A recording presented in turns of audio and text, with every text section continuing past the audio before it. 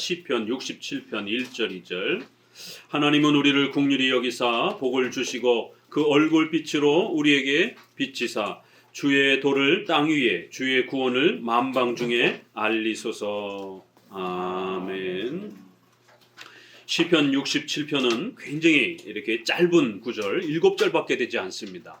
그래서 굉장히 간단하고 또 표현도 보시게 되면 뭐 그렇게 그닥 어려운 표현들은 없어요. 하나님을 찬송하고 하나님을 예배하는 또 이러한 노래 형태로 이렇게 되어 있습니다.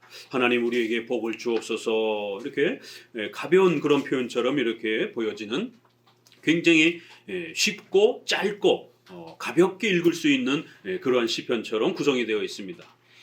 그러나 이 67편은 구약의 도르트 총회의 이러한 그 논쟁의 그 대상이 되는 그러한 주제를 포함하고 있습니다.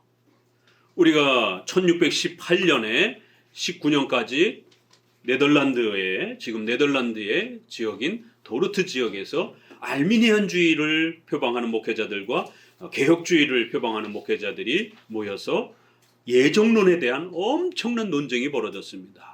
성경에는 예정론이 있는가? 하나님이 선택하신 자들이 있고 또 버리신 자들이 있다라고 하는, 영원 전에 우리가 태어나기도 전에 그렇게 하나님께서 택하시고 버린 그러한 이중 예정, 택자와 육이라고 하는 그러한 예정의 이러한 위대한 역사를 하나님이 행하셨는가? 장로교 교리입니다.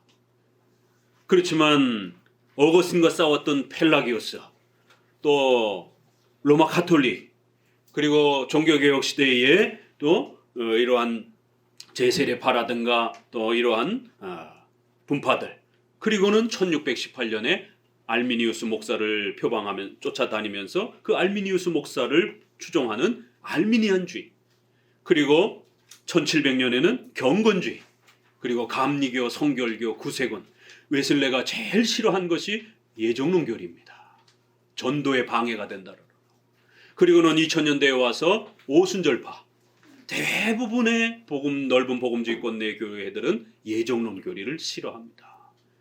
가장 뜨겁게 논쟁되었던 1618년 도르트 총회 때에 전 유럽 교회가, 장로교회, 개혁주의 교회가 발칵 뒤집어지면서 예정론, 여태까지 우리가 배웠던 예정론은 이건 아주 비성경적이고 이건 사탄이 교회에 뿌려놓은 아주 악마적인 교리다라고 이렇게 알미니안주의 목회자들이 그렇게 성도들에게 설교하기 시작하면서 성도들은 변하기 시작했습니다.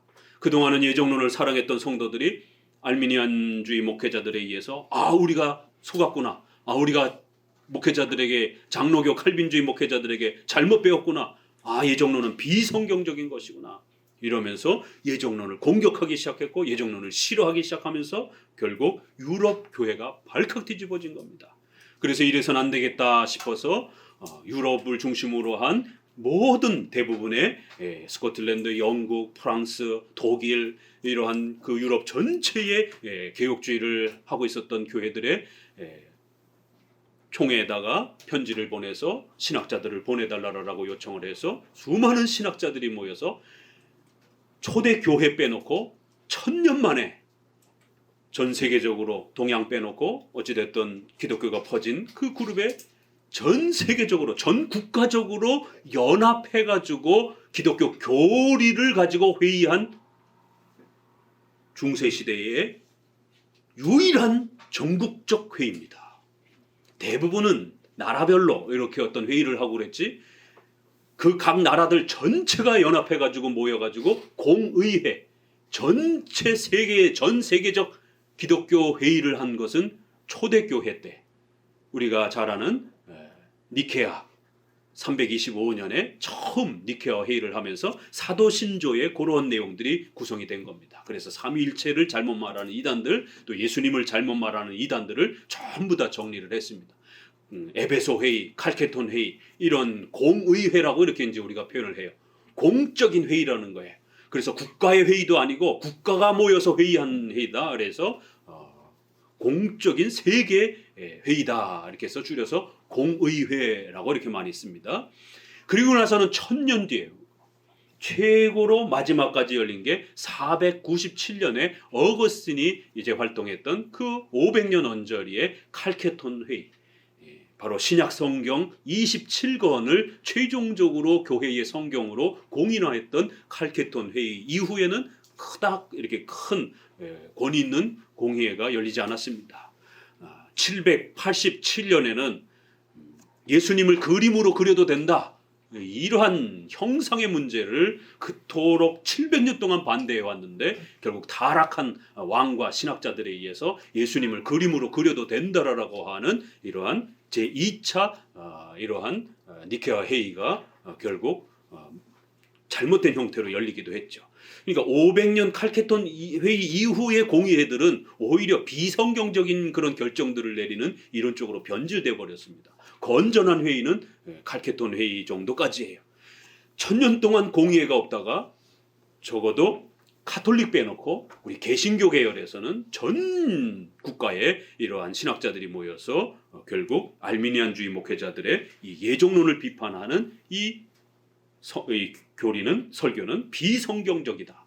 그리고 맨 마지막 결론물에 이것은 마귀적인 악마적인 이러한 비성경적 교리다라고 그렇게 비판을 한 것입니다. 왜냐하면 저들이 예정론을 가르치는 목사들을 아주 악독한 독약의 이런 비유를 하면서 사탄의 교리다라고 이렇게 비판을 했기 때문에 거기에 대한 대응으로서 이렇게 주장하는데 오히려 이러하게 예정론 교리를 악마적 교리로 주장하는 그들이 하나님 앞에 벌을 받을 것이다라고 이렇게 결론을 마지막 문장에 내었습니다. 그래서 저주문까지 이렇게 비슷하게 아주 하나님의 진노가 저들에게 임할 것이다라고 하는 이제 이러한 강경한 표현으로서도 그렇게 담겨질 정도로 결국 1618년의 예정론의 이 싸움은 교회사 속에 아주 어마어마한 그런 논쟁이었던 것입니다.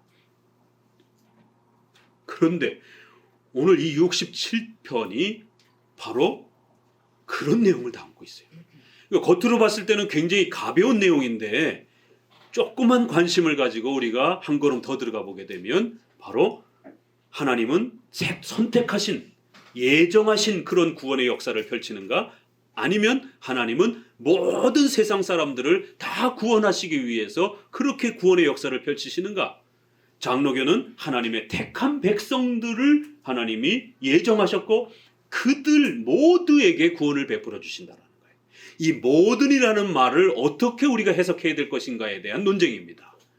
그래서 우리 장로교도들은 택자인 모두라고 말하는 거예요. 택한 사람들 한 사람도 빠짐없이 실수함 없이 반드시 그들을 모두 다 구원해 주실 것이다라는 거예요.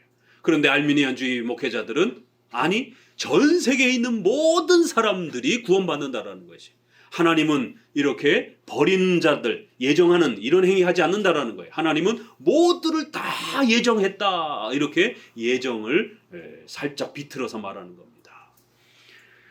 자, 그럼 이제 67장이 과연 왜 그렇게 구약의 이러한 예정론 논쟁을 불러일으키는 또 알미니안주의자들이 구약에서 즐겨 사용하는 구절입니다.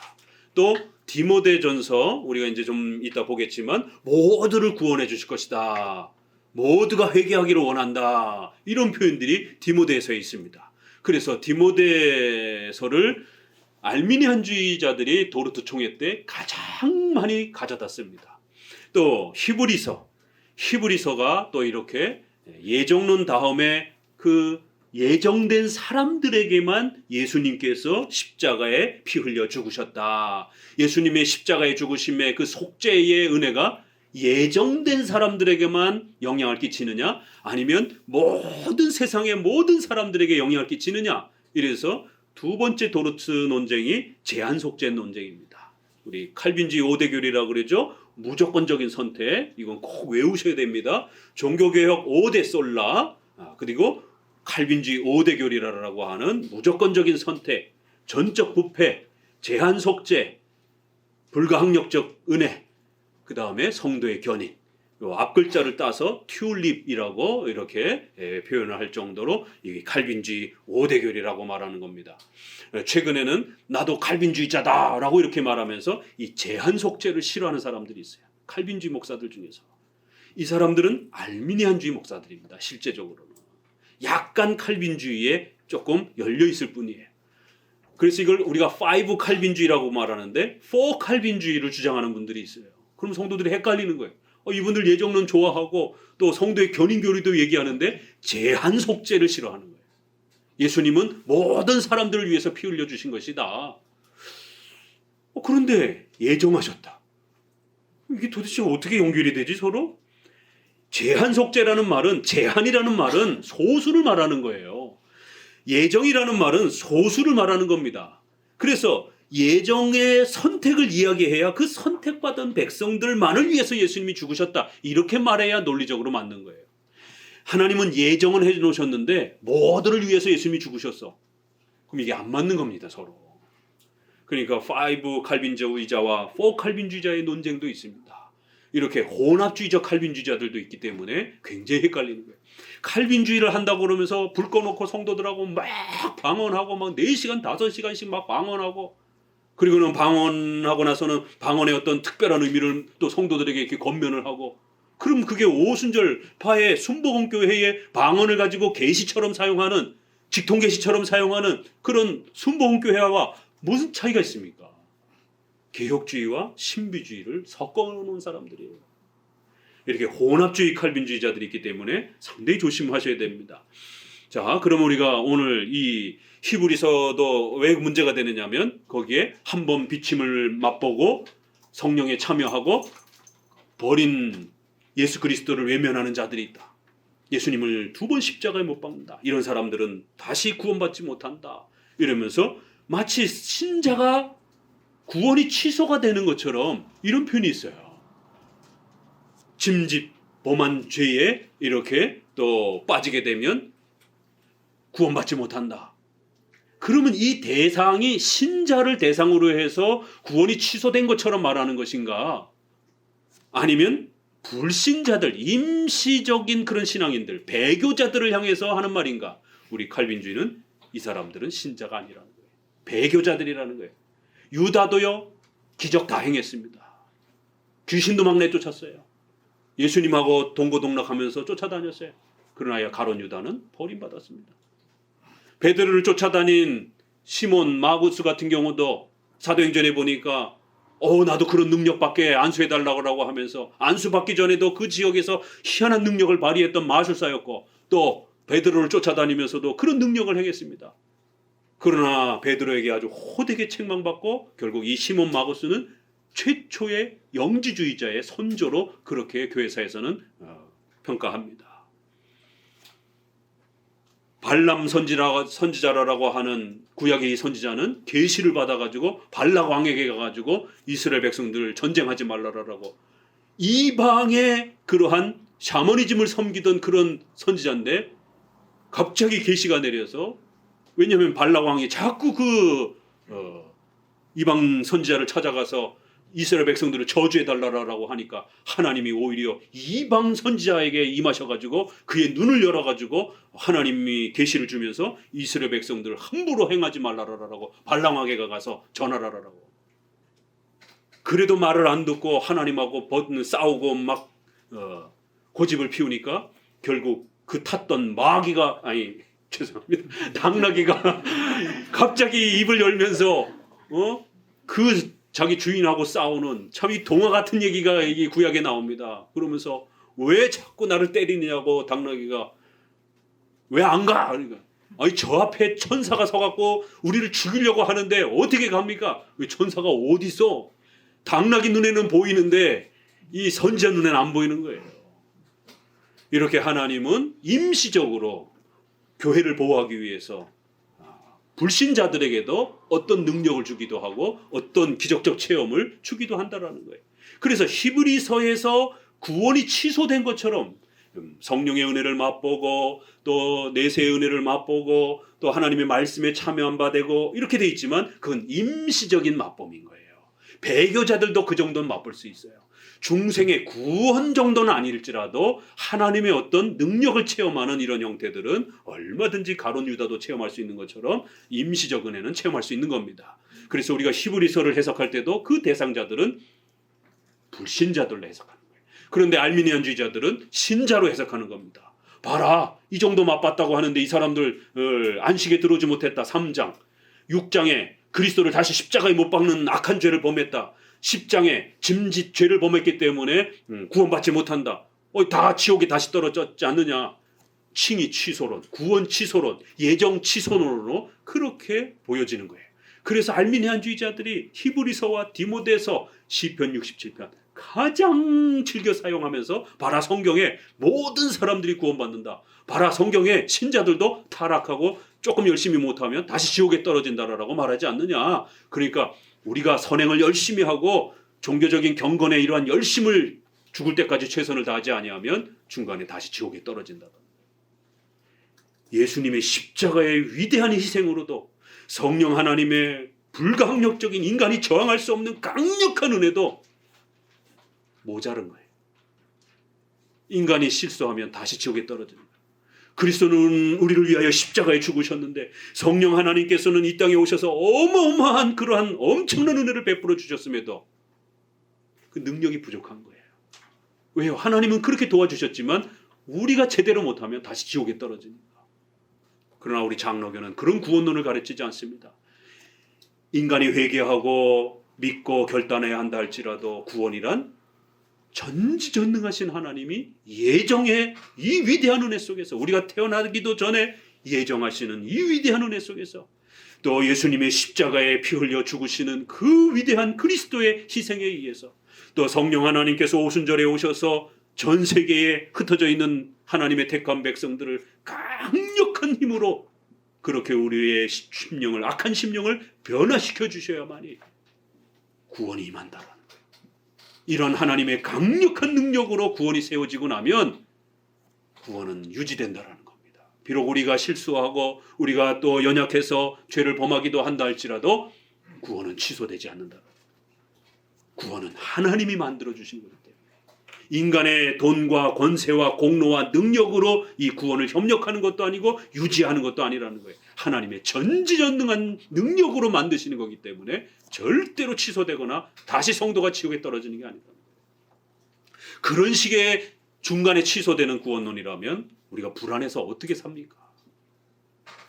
그렇게 되면 하나님이 무능력한 예정, 무능력한 십자가에 죽으신 무능력한 성령의 역사가 되어버리는 겁니다. 하나님은 이런 엄청난 일을 행해 주셨는데도 불구하고 구원이 안 되는 거예요. 왜요? 인간이 제대로 열심을 못 내가지고. 세상에 이러한 신인 협력적 구원, 반반 구원. 그래서 도르트 총회의 알미니안주의자들의 구원론을 반반 구원론, 인간의 노력 반, 하나님의 은혜 반. 그래서 신인 협력적 구원이라고 이렇게 변하는 거예요. 그러나 우리 장로교회 교리는 하나님의 주권적 구원론, 하나님의 단독적 역사의 구원론, 하나님의 예정론에 입각한 구원론, 이렇게 표현을 하는 겁니다. 자, 67장, 그러면 67편, 왜 도대체 어떤 구절이 문제가 되어서 디모데전서와 히브리서의 이런 것처럼 구약에서는 이 67편을 가지고 그렇게 또 시비를 붙였는가? 이게 이렇게 읽으면 이렇게 보이고 이렇게 읽으면 또 이렇게 보이는가? 과연 어떤 표현 때문에 그런가? 한번 보도록 합니다. 1절, 하나님은 우리를 긍휼히 여기사 복을 주시고 그 얼굴빛으로 우리에게 비치사. 시작하자마자 하나님께서 우리를 긍휼히 여겨주셨다. 그래서 인간에게 복이 주어진 것이다 라고 선언합니다. 67편에서 문제가 되는 건요, 모든이라는 말 때문에 그래요. 모든 민족에게 복 주신다, 이 표현 때문에 그렇습니다. 이 복이라는, 모든이라는 말이 몇 번이나 나오는가 한번 봅시다. 한번 찾아보세요. 몇 구절 안 되니까. 주의 구원을 2절 만방에, 3절에 모든 민족으로. 우리 번역에는 살짝 이렇게 돼 있지만 뭐 영어 성경도 그냥 all nations라고 돼 있어요. 그냥 뭐 all people 뭐 이렇게 정도 돼 있고, 히브리어에도 거의 같은 표현입니다. 열방이나 만방이나 민족이나 모든 민족. 4절 민족들을 이렇게 복수를 씁니다. 5절 민족들로. 모든 민족으로 6절 7절에 땅의 모든 끝이 모든 백성들이 자, 몇 번 나옵니까? 모든 민족이라는 말이 몇 번 나옵니까? 6번? 땡. 몇 번 나옵니까? 대답해 보세요. 7번? 땡. 몇 번 나옵니까? 눈 밝은 젊은 분들 빨리 찾아보세요. 몇 번 나와요? 땡. 모든 끝까지 포함해서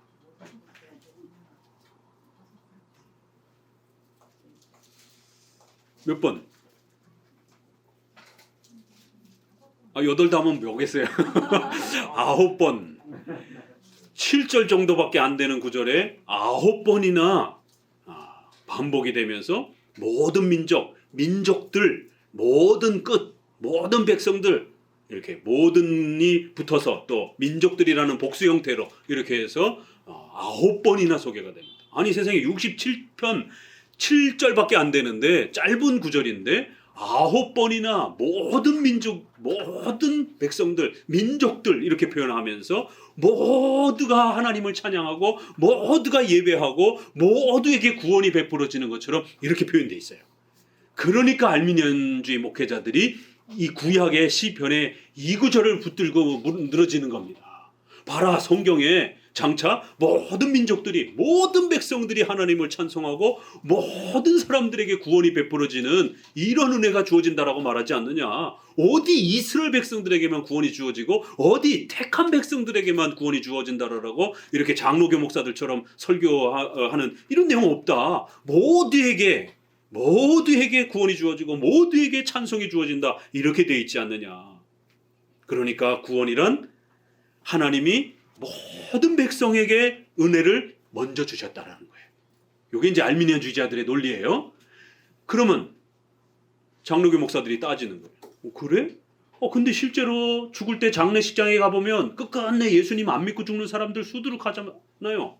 또 교회가 들어가 있지 않는, 선교가 되지 않은 저 아프리카라든가 이런 사람들 예수님 몸 안 모르고 그냥 죽는데 그럼 그 사람들도 천국 간 겁니까?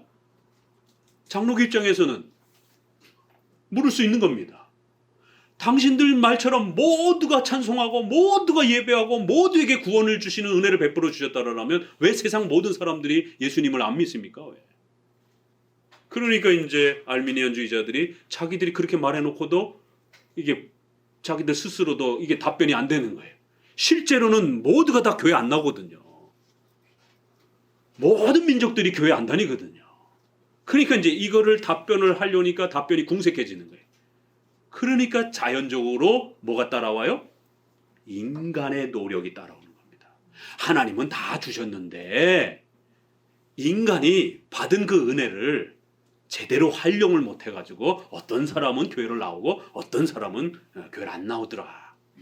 결국 구원은 하나님은 다 구원시켜주고 싶었는데 인간이 악해가지고 교회 나오는 사람도 있고 안 나오는 사람도 있고 결국 인간의 결단에 따라서 그가 하나님 주시는 은총을 잘 활용하면 구원을 받는 거고 그가 하나님 주셨던 구원을 잘 활용을 못하면 전도 받았는데도 불구하고 교회 안 나오고 교회 한번 초대받았다가도 또 힘들고 귀찮아서 또 교회 안 나오고 결국 그 사람의 게으름 때문에 구원이 안 주어지는 것이지 하나님은 원래부터 다 주려고 그랬던 거야.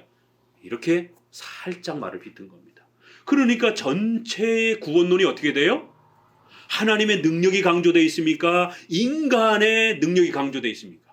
인간의 능력 여부에 따라서 구원이 왔다 갔다 하는 거예요. 그래서 구원 받을 때도 하나님 은혜 반, 인간의 노력 반이 되고 구원 받은 이후에도 아니 멀쩡히 교회 다니다가 교회 안 다니는 사람들은 그럼 또 뭡니까? 그것도 본인이 나태하고 게을러가지고 중간에 또 교회 안 다니고 이러면 결국 본인의 책임 때문에 구원이 취소되는 겁니다. 자연적으로 구원 취소론이 나오는 거예요. 장로교처럼 저렇게 세게 구원론을 말하면 성도들 나태해지고 게을러집니다. 이 얘기 또 하는 거예요. 성도들의 신앙생활의 나태함과 게으름을 염려해서 하나님의 전지전능한 구원의 능력을 반을 싹둑 잘라버린 겁니다. 그러나 우리 장로교는 하나님의 전지전능한 능력을 그렇게 반을 싹둑 자르게 되면 하나님이 무능력한 신이 되어버리는 거예요.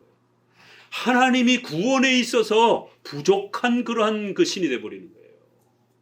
우리 장로교는 인간의 나태함과 게으름을 걱정하는 것보다 더 염려하고 걱정하는 것은 하나님의 전능하신 구원의 능력이 훼손될까 봐, 반으로 싹둑 잘릴까 봐 그걸 더 걱정하는 겁니다.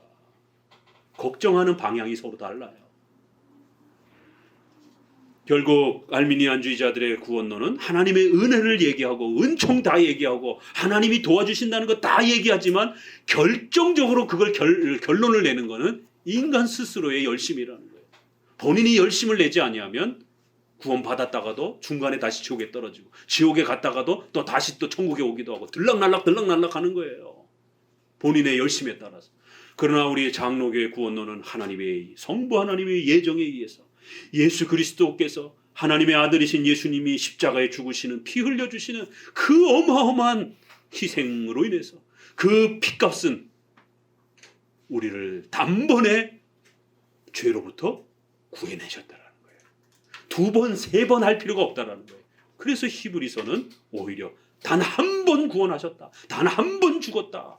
그러면 완벽하다라는 것. 중간에 다시 지옥에 떨어지고 이러는 게 아니다라는 거예요. 그래서 히브리서에서는 단 한 번이라는 말이 굉장히 많이 강조되어 있습니다. 우리가 진실이 마음의 신실함으로 그 십자가에 죽으신 예수님을 고백하기만 하면 된다라는 거예요. 이제. 왜요? 예수님은 그 모든 죄값을 단 한 번 짊어지시고 죽으셨기 때문에 그 예수님의 희생과 공로로 우리가 구원받는다라는 거예요. 성령 하나님께서 우리 인간의 마음을 변화시켜주는 거예요. 인간의 마음이 얼마나 악독합니까? 인간의 마음이 그렇게 쉽게 바뀌지 않습니다. 인간의 마음이 얼마나 무서우냐면 귀신보다 인간이 더 무섭다 그러잖아요. 사람이 얼마나 잔혹한지. 인간의 그 부패와 악한 마음이 그렇게 쉽게 바뀌지 않습니다. 하나님을 사모하고 교회를 사랑하는 마음으로 거듭나야만, 그래서 다시 태어날 정도로 그 마음이 바뀌어야 된다는 거예요. 다시 태어난다는 게 뭡니까? 율법의 선생인 바리새인이 그걸 이해를 못하는 거예요. 우리가 엄마 뱃속에 다시 들어갔다 나와야 됩니까?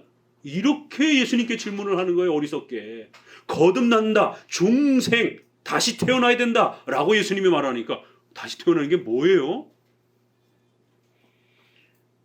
인간의 마음이 바뀌어서 하나님을 사랑하는 건 이건 어마어마한 기적이 필요한 거라는 거예요. 세상이 우주 창조가 다시 만들어질 정도로 그렇게 인간이 다시 태어날 정도로 그런 획기적인 변화가 아니고는 인간의 마음이 하나님을 사랑하는 마음으로 그렇게 쉽게 바뀌지 않는다라는 거예요. 그래서 그 어려움을 마치 다시 태어나는 것처럼 이렇게 비유를 한 겁니다. 그래서 거듭남, 다시 태어나야 된다라고까지 이렇게 얘기를 한 거예요. 우리 인간의 마음이 다시 태어나야 된다. 새 마음으로 바뀌어져야 된다는 거예요. 이거를 성령 하나님께서 만들어주신 것이.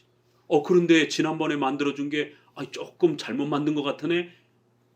그래서 인간이 노력을 해서 채워야 돼. 세상에 이런 구원론을 어떻게 우리가 불안해서 믿을 수 있겠습니까? 나도 나를 잘 신뢰를 못하는데 인간의 마음이 하루에도 12번이나 더 바뀌는데 이런 구원론을 가지고 여러분 인생을 어떻게 살아가십니까? 그래서 알미니안주의 구원론은 성도들에게 위로와 확신을 주지 못한다라는 거예요. 여러분의 사업에서, 가정에서 또 자녀를 키우다가 또 질병 때문에 또 중환자실에 이 병원에 누워보세요. 과연 그런 식의 구원론이 여러분에게 위로가 되는가? 저는 중환자실에 2번이나 누워봤기 때문에 그런 알미니안주의 구원론을 그냥 삶을 통해서라도 그냥 버렸어요. 왜요? 제가 20대에 그런 알미니안주의 신앙을 하면서 일반 칼빈주의를 모르고 그렇게 일반 교회를 다닐 때는 그런 구원론을 갖고 살았으니까 내가 열심히 해야 복도 더 많이 받고 내가 열심히 해야 구원도 유지가 되는 것처럼 그렇게 설교를 들었으니까. 그런데 중환자실에 딱 누워보고 기도도 못하고 성경책도 아파서 제대로 보지도 못하고 교회도 못 나가고 그냥 누워서 신음소리만 내고 있는 이 상황에 처해 보니까 내가 뭘 해야 되는데 그래야 교회도 나가고 새벽기도도 나가고 뭔가 열심히 해야 신앙의 위로와 안식을 누리게 되는데 아무것도 할 수 없으니까 너무너무 불안한 거예요. 야, 이러다가 내가 다시 지옥에 떨어지는 거 아닌가? 과연 하나님이 나를 복 주실까? 내가 구원받은 것인가? 그 불안함을 견딜 수가 없었던 거예요. 그런데 두 번째 아플 때는 칼빈주의를 배운 상태였습니다. 얼마나 마음이 평안하고 위로가 되는지. 20대 초반에는 일반 알미니안주의 신앙으로 경험을 했습니다. 두 번째 30대 때 아플 때는 칼빈주의 이제 전도사와 강도사가 되었을 때에 또 두 번째 아픈 하나님이 아주 비교를 해보라라고 이렇게 두 번이나 사경을 헤매는 그런 경험을 겪은 것이 너무너무 차이가 나는 거예요. 그래서 저는 아예 그냥 버려버렸습니다. 아, 이거는 정말 위로가 안 되는 거야. 힘이 되지 않는구나. 비록 인간의 나태함과 게으름에 대한 이런 부분들이 염려가 된다 할지라도 우선적으로 성경이 가르치고 우리가 배워야 되는 것은 구원이란 하나님의 절대 주권적 능력으로 예수 그리스도의 그 어마어마한 하나님의 아들 신이신 예수님이 십자가에 죽으시는 이 엄청난 희생을 치른 그런 대가가 지불된 구원이라는 거예요. 성령 하나님께서 오셔서 우리 인간을 다시 창조하듯이 그렇게 만들어주신 중생의 은혜를 받은 구원이라는 겁니다.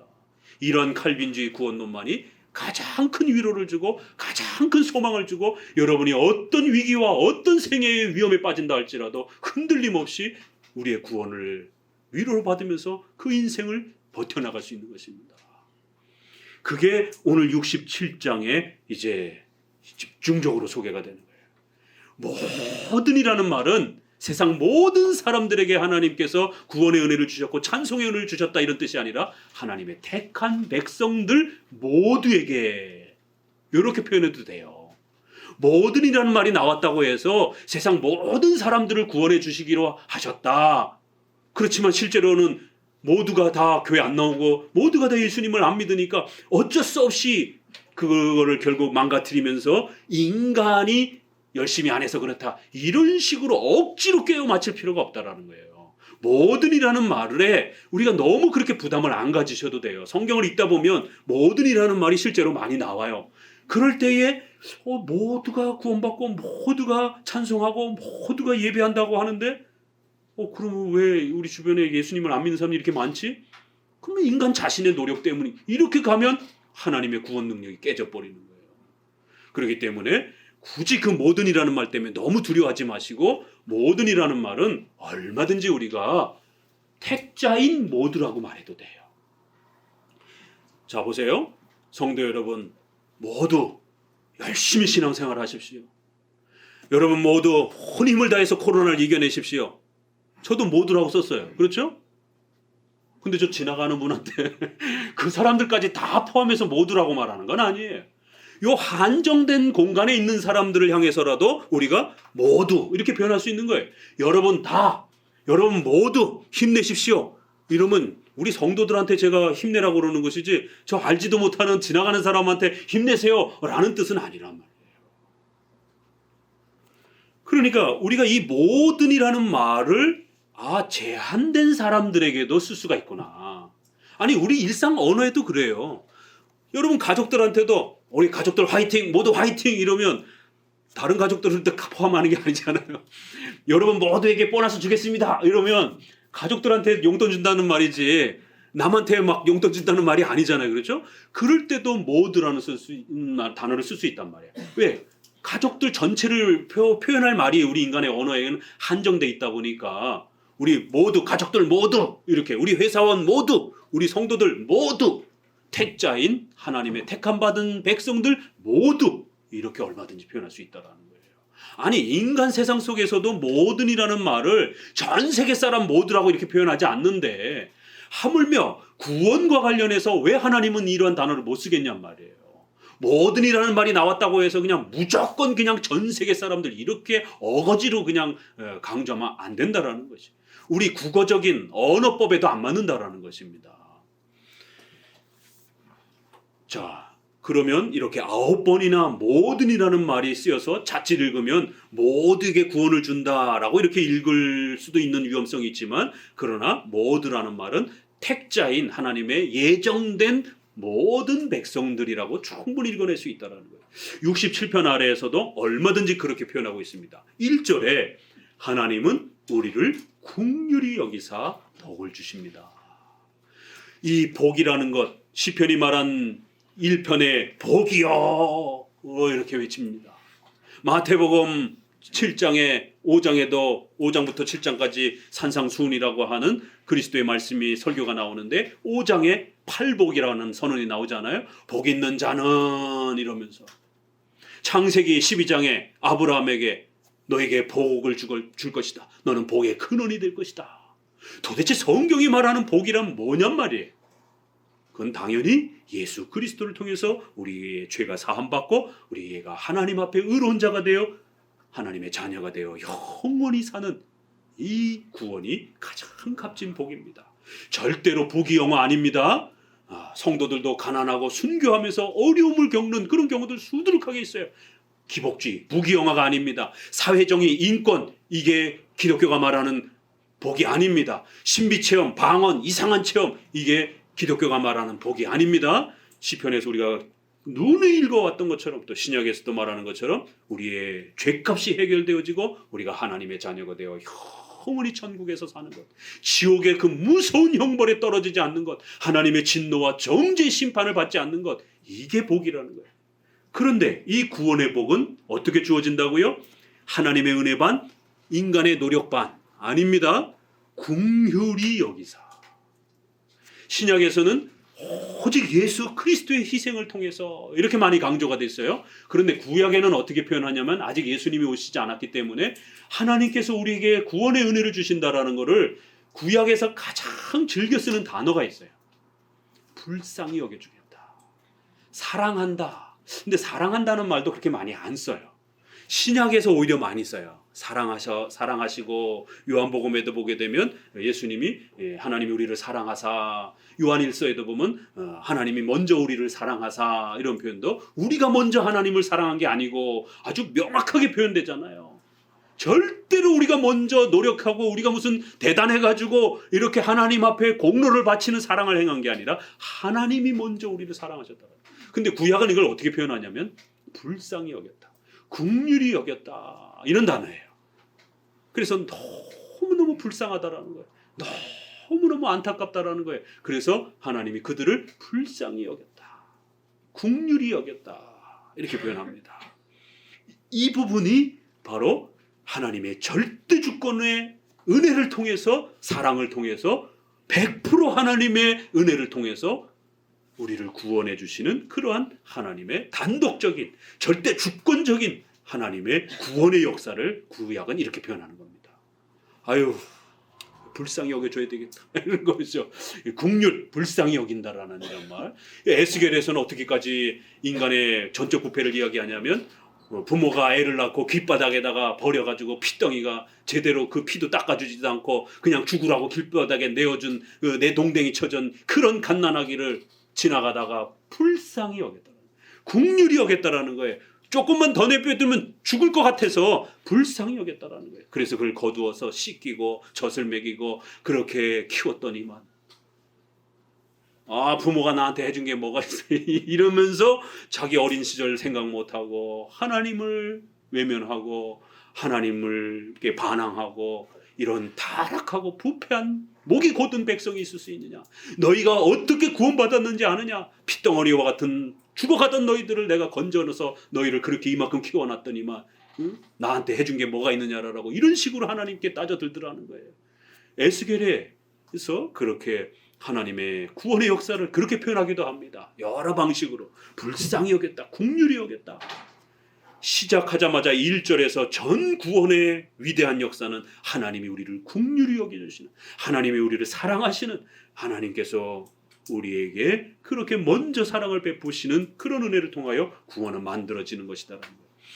그 복은 무엇이라고요? 얼굴빛을 우리에게 비춰주시는 게 복이라는 겁니다. 이게 이제 시편이니까 이렇게 표현하는 거예요. 자, 그러면 이런 표현을 읽을 때 소유리 문답을 기억하셔야 됩니다. 사문, 하나님은 영이시니 무한 불변 영원하신 절대 주권을 갖고 계신 분입니다. 영이신 분입니다. 눈에 안 보이는 거예요. 형체가 없으신 분이에요. 그런데 하나님이 우리에게 얼굴빛을 비춰주는 복을 주시겠다라는 거예요.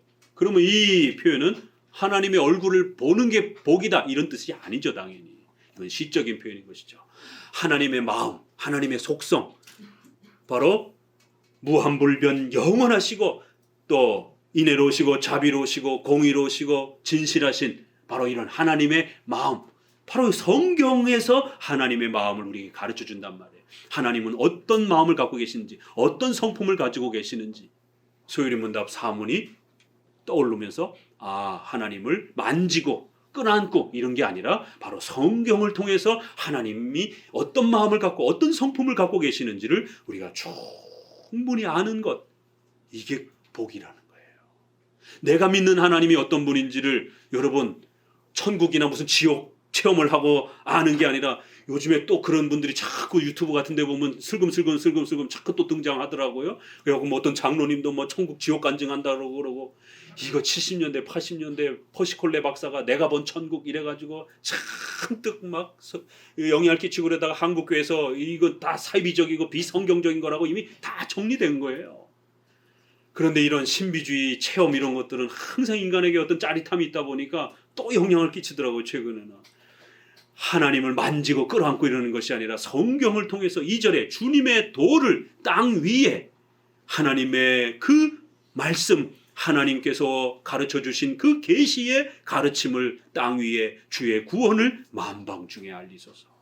이렇게 구원이란 전폭적인 절대적인 하나님의 권능, 하나님의 주권을 통해서 긍휼히 여기시는 하나님의 권능으로 주어지는 거고, 그 주시는 복의 내용은 하나님 자신인 겁니다. 바로 하나님을 알아가는 거예요. 돈 많이 버는 게 아니라 하나님이 어떤 분인지, 무한불변 영원하시고 하나님은 진실하시고 자비로우시고 또 하나님은 죄를 싫어하시는 분이고, 이렇게 성경을 통해서 하나님이 어떤 성품을 갖고 계시는지를 부지런히 배우는 거예요.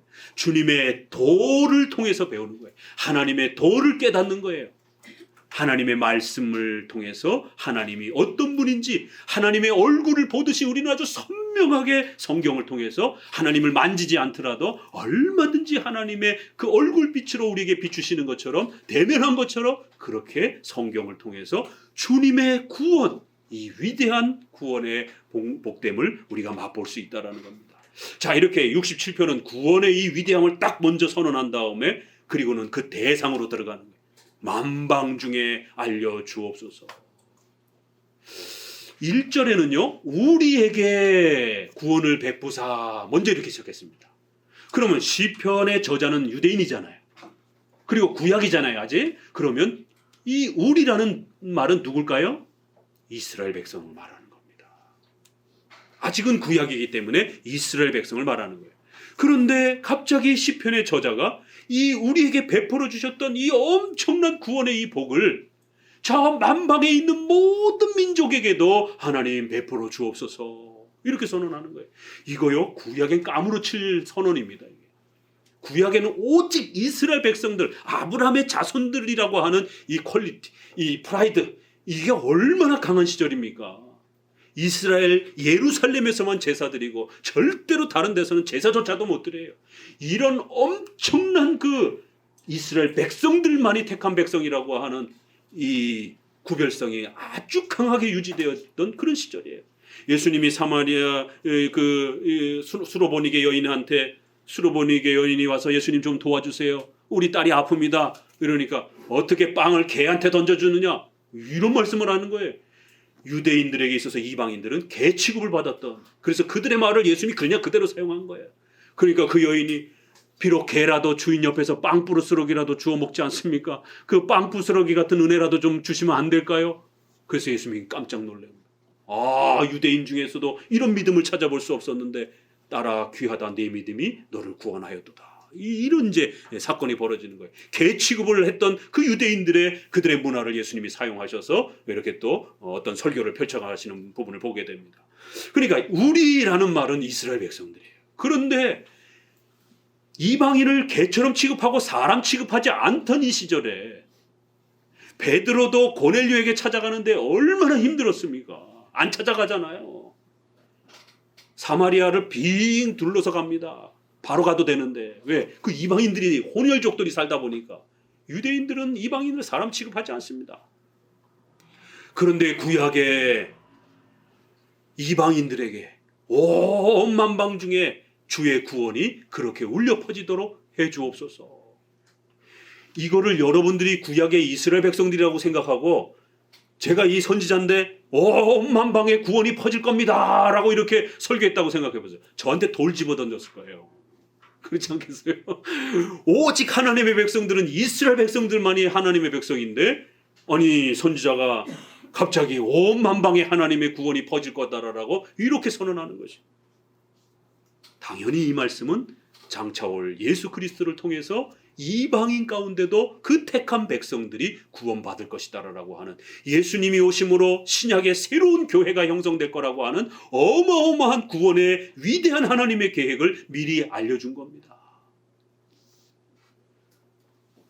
주의 도를, 주의 구원을 만방중에 알리소서. 하나님이여 민족들로 주를 찬송케 하시며 모든 민족으로 주를 찬송케 하소서. 그래서 이제 이 구절을 하나님의 심판과 어떤 책망을 통해서도 하나님의 영광이 드러나기 때문에 하나님이 무섭게 심판하셔서 온 세상 사람들이 하나님을 두려워하게 해주세요, 이런 쪽으로도 읽을 수 있어요. 그러나 그렇게 표현할 때는 그냥 하나님이 얼마나 무서운 분인지 하나님을 두려워하고 경외하게 해주세요 이렇게 정도밖에 보통 표현하는데, 오늘 이 본문에는 구원과 관련된 그런 내용이 쏟아진단 말이에요. 두려움, 공포 때문에 하나님이 무서워서 벌벌 떠는, 어쩔 수 없이 하나님을 심판주로 인정해야 되는 불신자들을 굴복시키는 이런 내용이 아니라, 불신자들에게 구원이 주어짐으로 인해서 그들이 하나님을 경외하고 예배해야 하는 이런 은혜로 모든 민족에게 주어지도록 이런 쪽으로 흘러가고 있습니다. 주의 구원을 만방중에, 구원이라고 표현하잖아요. 주를 찬송하게, 주를 예배하도록. 이거는 신자 쪽에 해당이 되는 내용들이란 말이에요. 열방은 기쁘고 즐겁게 노래할지어다. 이렇게 즐겁게 찬송하고 노래하는 것은 주로 신자들에게 해당이 되는 거예요. 주는 민족들을 공평히 판단하시며 땅 위에 열왕을 치리하실 것이다. 그래서 이게 마치 하나님이 얼마나 무서운 분인지를 불신자들도 두려워 떠는 어떤 이런 쪽일 수도 있지만, 그러나 앞뒤를 보게 되면 분명히 구원을 기뻐하는 이방 민족들의 즐거움과 예배적 찬송을 이야기했고, 그 흐름에서 민족들이 하나님의 치리를 받고 그 이방 민족들도 하나님의 다스림과 통치를 잘 받으며 그들이 안정되게 살아가게 해주세요. 요 교회 치리에 대한 이야기입니다. 교회의 정치 질서, 하나님께서 교회를 잘 다스려 주시고, 그래서 그들이 무질 속에 빠지지 아니하고 하나님이 다스리고 통치하는 그러한 심판주로 통치하는 게 아니라, 치리하는 거 다스리는 게 아니라 성도로서 다스리는 그러한 즐거움의 질서들을 회복시켜 주세요. 5절 하나님이여 민족들로 주를 찬송케 하시며, 여기도 또 다시 두려움의 그런 어떤 공포 때문에 하나님을 경외하는 게 아니라 찬송케 해달라는 거예요. 5절 3절 다시 한번 반복합니다. 6절 땅이 그 소산을 내었도다. 하나님 곧 우리 하나님이 우리에게 복을 주시리로다. 여기 다시 어떤 복까지 또 임하느냐면 땅에 그 소산이 풍족하게 내렸다라는 거예요. 구약이니까 때로는 이런 의식주의 복을, 또 구원의 복을 포함해서 다 이런 가나안 땅의 풍족함으로 비유를 많이 하죠. 그런데 앞부분에는 구원의 복을 소개했으니까 여기에서는 삶의, 생활의 이런 복으로도 얼마든지 또 우리가 구별해서 이야기할 수도 있고 포함해서 얘기할 수도 있어요. 땅이 아주 풍족하게 가뭄이 없고 비가 잘 내려서 우리가 하나님 앞에 얼마나 그 소중하게 먹고 살면서 하나님이 섭리 속에서 보살펴 주셨던 그 엄청난 섭리의 혜택들이 우리에게 주셨습니다. 여기는 또 우리라고 또 이렇게 구별을 해놨어요. 그럼 이건 이스라엘 백성들이에요. 우리에게 이렇게 하나님이 섭리를 통해서 그 모든 우리의 먹고 사는 문제를 보살펴 주셨듯이, 7절 하나님이 우리에게 복을 주시리니, 다시 한번 우리에게 이렇게 복을 주신 것처럼 땅의 모든 백성들이 하나님을 경외하도록 그렇게 그들에게도 이러한 땅의 이러한 소산의 열매를 누리는 복을 주옵소서. 구원의 복까지 포함해도 되고요, 또 의식주의 복으로도 이렇게 구별해도 얼마든지 가능합니다. 다 신약의 이 그리스도께서 오심으로 인하여 그의 이방인들 중에서도 택한 백성들이 이제 이렇게 하나님을 찬송하고 예배하고 유형교회의 치리와 통치를 받고 또 그들의 의식주의 삶이 하나님의 섭리 안에 보살핌을 받는 이런 이방인의 구원, 장차 신약으로 오는 교회의 이 위대한 하나님의 구원을 이렇게 예언하면서 노래하고 있습니다. 그런데 모든 민족들이 이러한 구원의 은혜를 받고 예배와 찬송의 은혜를 받는다, 이렇게 모든이라고 쓰고 있다 보니까 알미니안주의자들이 이 구절을 끌어다가 봐라, 하나님은 모두를 구원해 주려고 했는데 그렇지만 인간이 악해서 자기가 그 열심히 하지 못해서 그 구원을 사용하지 못한 거다. 이래서 이거를 보편은총이라고 알미니안주의자들이 말하는 거고, 웨슬레는 선행은총이라고 얘기를 하는 거예요. 하나님이 앞에서 미리 은혜를 주셨지만 우리가 열심히 노력해서 그걸 가지지 아니하면, 우리가 열심히 노력해서 그것을 성공시키지 못하면 마치 구원이 우리에게 완성되지 않은 것처럼, 구원은 선행적으로 앞서서 미리 던져졌지만 그 구원을 완성시키느냐 제대로 만드느냐는 우리 손에 달린 것처럼 이렇게 반반, 은혜 반, 우리 인간의 노력 반으로 구원을 이야기하게 되면 큰일 납니다. 디모데서로 넘어가 봅시다. 창세기부터 이제 봅시다. 그러면 이 복에 대한 부분들을 우리가 연결해서 한번 봅니다. 창세기 12장 3절.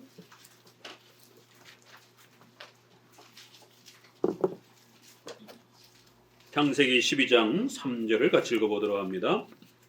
같이 읽습니다.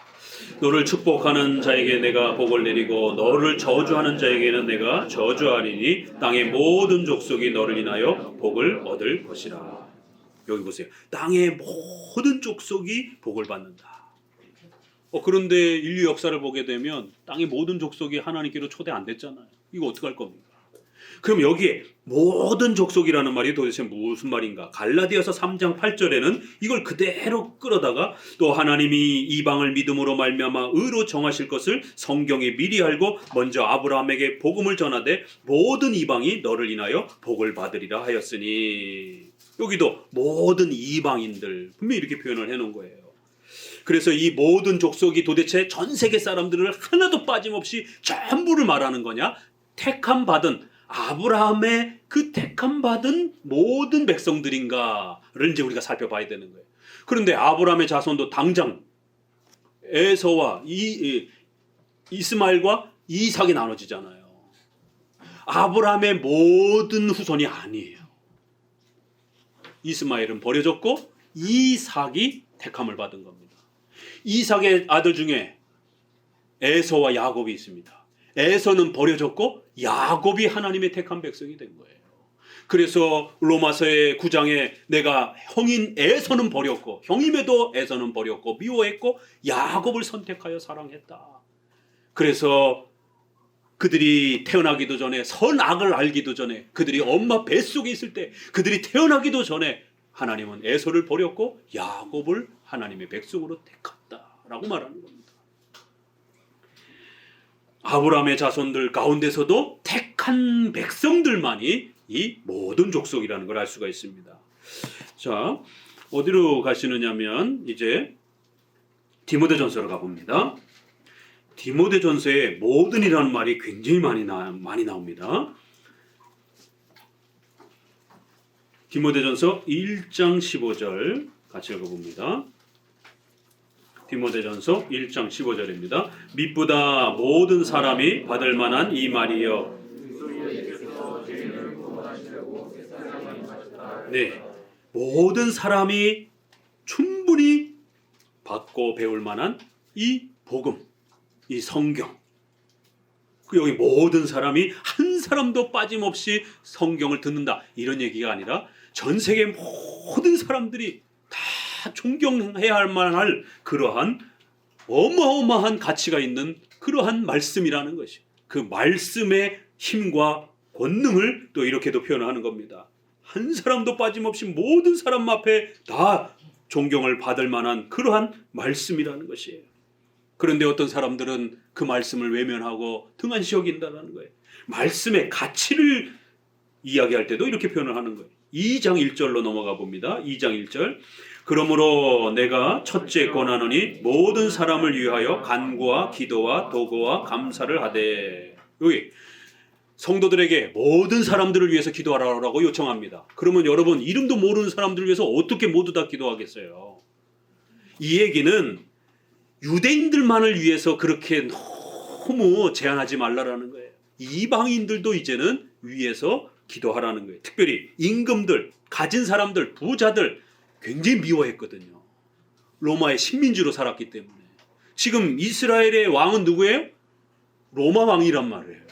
그러니까 미워하지 말고 임금들과 또 높은 지위에 있는 그 모든 사람들, 그러면 그 사람들 한 명도 빠짐없이, 이런 얘기가 아니라 계층을 너무 나누지 말라라는 거예요. 부자와 가난한 자, 또 권위 있는 자, 시민, 이렇게 나누지 말고 모든 계층의 사람들을 위해서 이제 우리가 복음을 전하고 또 그렇게 그들이 그리스도께로 돌아올 수 있도록 해야 된다라는 거예요.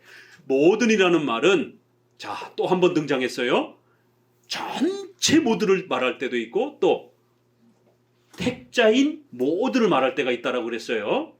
전체 모두를 말할 때는 언제냐면 아담의 후손 전체가 한 사람도 빠짐없이 죄인이 되었습니다. 이럴 때는 한 사람도 빠짐없는 거예요. 미래에 태어날 모든 아이들까지 전부 다 죄인이 된 겁니다. 그럴 때 모든이라는 말은 전 세계 모두가 되는 거예요. 그러나 또 어느 특정한 제한된 그룹의 사람들, 예정된 모든 사람들, 이렇게도 쓸 수 있다는 거. 자, 세 번째로 이제 모든이라는 말을 쓸 때 어떤 때 쓰느냐면 계층을 나누지는 말. 신분을 너무 나누지 말라라는 거예요. 모든 계층, 유대인과 이방인을 포함해서 이제는 복음을 전해라. 과거에는 이스라엘만을 대상으로 해서 이 복음을 전했지만 이제는 복음이 온 세상 가운데 퍼질 수 있도록 이방인들도 이제는 존중하면서 복음을 전해라. 이러한 계층의 모두를 이야기할 때 얼마든지 우리가 모든이라는 말을 한 번 더 쓸 수 있습니다. 그래서 모든이라는 말은 3번 이렇게 쓸 수가 있어요. 그래서 신약에는 복음 전도를 유대인들에게만 제한하지 말고 제발 이방인에게도 좀 전해라. 유대인들이 선민의식에 빠져가지고 자기들만 아브라함의 자손인 것처럼 이렇게 살아왔기 때문에 이방인들과 유대인이냐, 이게 굉장히 갈등이 심합니다. 로마서도 그렇고 갈라디아서도 그렇고. 그래서 유대인이나 헬라인이나 남자나 여자나 부자나 노예나 그리스도 안에서 우리가 하나가 되었다. 갈라디아에서 이런 말들을 하는 거예요. 제발 너희끼리만 그렇게 하지 말고 이제 이방인들을, 또 남자와 여자, 구약은 남자 중심의 세계였기 때문에 여성들을 존중하면서 이렇게 여자들까지 다 포함해서 복음을 전하고 또 교회의 성도로 구성하라는 것이에요. 이 디모데전서 2장은 모두는 또 그렇게 계층의 모두가 될 수 있는 거예요. 디모데전서 2장 4절을 또 계속 봅니다. 하나님은 모든 사람이 구원받으며 진리를 아는 데 이르기를 원하느니라.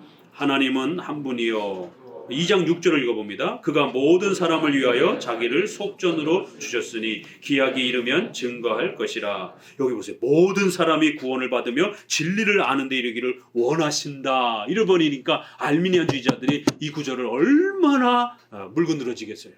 봐라, 여기 성경에 하나님이 온 세상의 모든 사람들이 구원받기를 원했다라고 이렇게 표현되어 있지 않느냐. 그러나 이거는 앞부분의 모두는 계층의 모두가 될 수가 있고 뒷부분의 모두는 택한 하나님의 백성들 모두가 구원받기를 원하신다. 또 6절에도 그가 모든 사람들을 위하여 예수님의 희생의 십자가의 은혜가 그렇게 펼쳐졌다라고 이렇게 얼마든지 우리가 해석할 수 있는 것이죠. 만약에 이 4절을 모든 사람이 구원받는다라고 이렇게 말하면 6절에도 모든 사람에게 예수님의 피가 적용되었다 그러면, 근데도 왜 예수님 안 믿어요? 도대체 교회 안 나와요? 왜? 이러면 이제 심각해지잖아요. 오히려. 그러면 예수님의 피가, 예수님의 십자가의 희생이 능력이 없는 것처럼 이렇게 해석이 된단 말이에요. 잘못 그렇게 알미니안주의처럼 해석을 하게 되면요. 택자인 모든 사람들을 위해서 그렇게 예수님이 십자가의 속전, 죄값을 지불해 주신 거고, 택자인 모든 사람들이 한 사람도 빠짐없이 구원받기를 원한다는 거예요. 다만 2장 4절 정도는 앞절의 1절, 2절과 연결해서 계층을 나누지 말고 전도는 모두에게 해야 되는 거예요. 우리는 누가 예정된지 모르기 때문에 전도에 있어서 계층을 나누지 말라라고 하는, 교회를 구성할 때에 부자들만 오게 하고 임금들만 오게 하고 이러지 말라라고 하는 모든 사람들이 다 이제는 교회의 구성원이 될 수 있다라고 하는, 그래서 계층을 확대하라라고 하는, 전도는 누구에게든지 다 해야 된다라고 하는 그런 전도적 차원에서 계층을 확대하는 그런 표현 정도로 얼마든지 읽어낼 수 있습니다. 그러니까 4절은 전도 차원에서 읽을 수도 있고 아니면 택자인 모드로도 읽어낼 수가 있는 것이에요. 자, 어디를 보시냐면 7절에 내가 이방인의 스승이 되었다. 결국 유대인들끼리만 교회를 구성하지 말고 유대인에게만 복음을 전하지 말고 이제 모두에게 복음을 전도해라. 이런 차원으로 이방인에게도 전도해라. 바로 이런 문맥이 나오는 겁니다. 4장 9절을 읽어봅니다. 4장 9절 미쁘다 이 말이여 모든 사람들이 받을 만하다. 이런 또 표현은 이 말씀은 이 복음은 너무너무 위대하기 때문에 모든 사람들한테 존경받아야 된다. 이런 성경의 복음의 위대한 가치를 이야기할 때도 또 이렇게 표현할 수 있어요. 10절, 4장 10절 읽어봅니다. 이를 위하여 우리가 수고하고 진력하는 것은 우리 소망을 살아계신 하나님께 두미니 곧 모든 사람, 특히 믿는 자들의 구주시라. 여기 보세요. 하나님께 두는데 모든 사람. 이 헬라어의 이 표현이 영어로는 especially 특히, 특별히, 영어도 이 정도 번역해 놨어요. 우리 번역에는 특히 라고 하는 번역보다는 즉, 곧, 이 표현이 훨씬 좋아요. 모든 사람, 즉, 택함 받은 자들. 모든 사람, 즉, 믿는 자들. 이렇게 읽을 수 있단 말이에요. 헬라어를. 그러니까 요 4장 9절에서는 아주 더 정확하게 모든이라는 말이 즉 믿는 사람들, 즉 택함 받은 백성들 아주 정확하게 표현되어 있잖아요. 4장 15절 이 모든 일에 전심전력하여 너의 진보를 모든 사람에게 나타내라. 아니 세상 모든 사람들에게 저 아프리카의 이름도 알지 못하는 족속에게 찾아가가지고 여러분의 경건이 얼마큼 자랐는지 어떻게 보고를 해요. 이건 그런 말의 모든이 아니란 말이에요. 우리 교회를 구성하고 있는 이 모든 성도들에게 우리가 성화되어져 가는 것을 드러내라. 그래서 4장 16절에 보니까 늙은이들에게는, 젊은이들에게는, 늙은 여자들에게는, 젊은 여자들에게는 이렇게 계층에 또 그 공간에 있는 사람들을 얼마든지 이야기할 수 있어요. 5장 20절 범죄한 사람들을 모든 사람 앞에 꾸짖어. 이것도 뭐 전 세계 사람들 앞에서 꾸짖으라는 말이 아니잖아요. 모일 수도 없잖아요. 이건 그 공간에 있는 제한된 사람들, 유형교회 성도들을 모두 앞에서 꾸짖으라는 말입니다. 6장 17절 우리에게 모든 것을 후히 주사 누리게 하시는 하나님께 우리의 소망을 두라. 이렇게 말합니다. 그런데 하나님이 여러분이 원하는 거 모두 다 줍니까? 안 주시잖아요. 어떤 건 주고 어떤 건 안 주잖아요. 그래서 모든이라는 말을 이렇게도 쓸 수 있는 거예요. 하나님이 모든 걸 준다. 그럼 의식주와 모든 세상의 부를 다 준다. 이런 뜻은 아니란 말이에요. 그러니까 우리가 모든이라는 말을 그 문맥에 따라서 잘 이렇게 구별해서 써야지 다짜고짜 그냥 한 사람도 빠짐없이 하나 동전 10원짜리까지 전 세계의 모든 돈을 다 하나님이 나에게 준다. 이런 뜻이 아니란 말이에요. 재물에 소망을 두지 말고 이러면서 오직 하나님께서 모든 것을 우리에게 후히 주실 것을 그렇게 소망해라. 이건 다른 의미로 생각하셔야 된단 말이에요. 디모데후서 1장 9절에 보니까 이 디모데 연속되는데 같이 읽어봅니다. 하나님이 우리를 구원하사 거룩하신 부르심으로 부르심은 우리의 행위대로 하심이 아니요 오직 자기 뜻과 영원한 때 전부터 그리스도 예수 안에서 우리에게 주신 은혜대로 하심이라. 아주 선명하게 우리의 행위를 반 30% 10%도 아니에요. 이러한 구원의 부르심은 우리의 행위대로 하심이 아니요 오직 자신의 뜻과 영원한 때 전부터 우리가 태어나기 전부터 하나님의 뜻 안에서 예정하셔서 그리스도 예수의 이 위대한 십자가의 피 흘림을 통하여 성령 하나님께서 우리를 중생시키시는 강력한 그러한 불강력적인 인간이 저항할 수 없는, 그래서 불가항력적이라고 표현하는 겁니다. 이 우리가 저항할 수 없는, 왜요? 하나님이 막 구원해 주려고 하는데 하나님 잠깐만요. 나 아직 교회 갈 때가 안 된 것 같아요. 이런 식으로 저항할 수 있다라면 그 구원이 어떻게 만들어져요?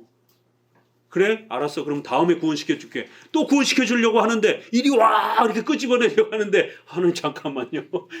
이런 식으로 저항할 수 있는 구원이라면 이거 얼마나 그 불안한 구원론입니까? 하나님이 때가 되어 예정하셨던 그 역사가 이제 때가 되어 우리를 강력하게 교회로 끌어내시는 것이에요. 그럼 우리의 마음이 심령이 거듭나지고 새로워지면서 하나님 앞에 새로운 중생의 이러한 위대한 우리가 거부할 수 없는 성령 하나님의 불강력적 은혜를 통하여 여러분이 예수님을 믿고 교회로 나오는 거예요. 이 모든 것이 은혜 가운데 이루어지는 것이다. 10절 같이 읽어봅니다. 2장 10절 한 번 더.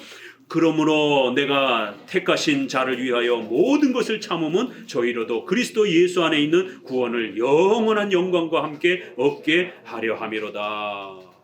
택하신 자들, 바로 성도들, 바로 그들을 위해서 내가 참는다라는 거예요. 그들도 예수님 안에서 이 위대한 구원을 이방인들도 누리기를 원하기 때문이라는 거예요. 하나님이 택하신 자들이라는 거예요. 2장 25절 마지막으로 읽어봅니다. 2장 25절 거역하는 자를 온유함으로 징계할지니 혹 하나님이 저희에게 회개함을 주사 진리를 알게 하실까 하며. 회개도 우리 인간이 해야 되는 건 분명히 맞아요. 인간의 책임이에요. 그러나 그 회개를 주시는 근원적인 힘은 하나님이 주신다는 거예요. 회개조차도 우리가 잘나서 하는 것처럼 절대로 그렇게 교만하지 마시라는 겁니다. 회개와 믿음의 결단도, 교회를 나오려고 하는 그런 결단조차도, 우리 마음의 의지의 결단조차도 하나님이 주신다라고 이렇게 말하는 거예요. 이렇게 기독교의 구원이란 영원 전에 성부 하나님이 예정하시고 그 아들 예수 그리스도께서 이 땅에 오셔서 엘리 엘리 라마 사박다니 어찌하여 하나님 나를 버리십니까? 라고 하는 이 지옥의 사망의 하나님의 진노와 정죄의 고통을 십자가에서 그렇게 외치시면서 우리의 죄값이 얼마나 무서운 것인지를 친히 피 흘려 희생하신, 그리고 성령 하나님께서 그 약속대로 오셔서 우리를 다시 새 창조하는 듯이 그렇게 거듭나게 해주신 그런 하나님의 주권적 은혜라는 겁니다. 우리가 회개 몇 마디 했다고, 우리가 교회 조금 나왔다라고, 내가 선행 조금 했다라고 그게 무슨 대단한 하나님 앞에 그런 어떤 보탬이 되는 것처럼, 아니요. 구원이란 하나님의 그 위대한 예정 속에 비록 구약에는 이스라엘 백성들 중심으로 그렇게 이끌어 오셨더라 할지라도 신약에는 이제 장차 그 택한 또 이방인 가운데 또 구원시켜 가시는 이러한 거대한 하나님의 계획 속에서 그의 택한 백성들 모두를 한 사람도 빠짐없이 그렇게 구원해 주시는 위대한 하나님의 구원의 주권과 역사를 통해서 우리가 그렇게 초대받았고 지금 우리가 그렇게 살아가고 있고, 그리고 우리가 죽을 때도 절대로 버림받지 않고 영원히 그리스도와 동행하며 그렇게 살아가게 될 것입니다. 이러한 우리 칼빈주의의 하나님 예정론적인 절대 주권적인 오직 예수 그리스도의 완벽한 그런 희생으로 구원받는 이러한 구원을 의지하며 위로받으며 살아가시기를 주의 말씀으로 권면을 드립니다.